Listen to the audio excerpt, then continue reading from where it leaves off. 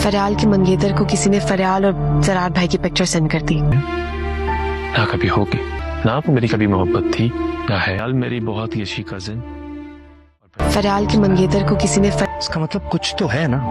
लेकिन आप दोनों की एंगेजमेंट हुई थी। क्या कह रही हैं आप? जरार कहाँ है? क्या तुम्हें पता चला जरार का एक्सीडेंट हो गया? ये हॉस्पिटल में है, सीमा खाना बता कर गई हैं। तुम प्लीज जल्दी पहुंचने की कोशिश करो। और कह रहे थे कि मैंने ये सब किया। तो वो मुझसे झगड़ने हॉस्पिटल में है। हाँ है तो फिर मुझे पता नहीं क्यों ये तुम्हारा ही काम लग रहा है। तो वो मुझसे झगड़ने आ गए।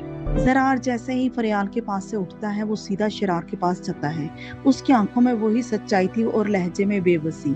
उसने शरार को समझाते हुए कहा, तुम बहुत बड़ी गलती कर रहे हो, तुम गलत फहमी का शिकार हो। फरियाल बिल्कुल भी ऐसी लड़की नहीं है। हम बचपन के दोस्त जरूर हैं, लेकिन हमारे दरमियान दोस्ती के अलावा कुछ भी नहीं। तुम्हें जिसने भी ये बातें बताई हैं वो सिर्फ तुम्हारे दिल में नफरत डालना चाहता है।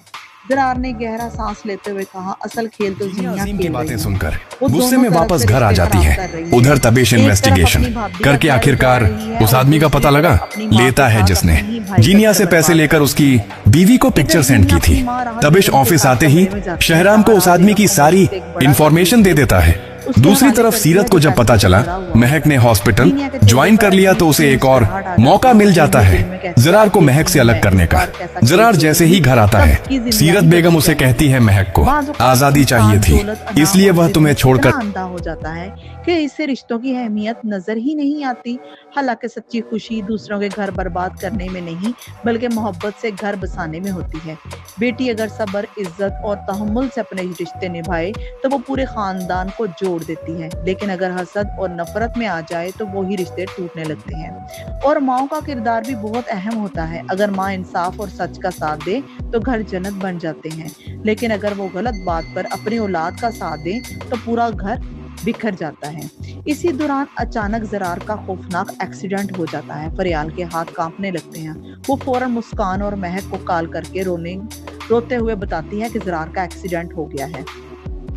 ये सुनते ही सबके कदमों तले जमीन निकल जाती है।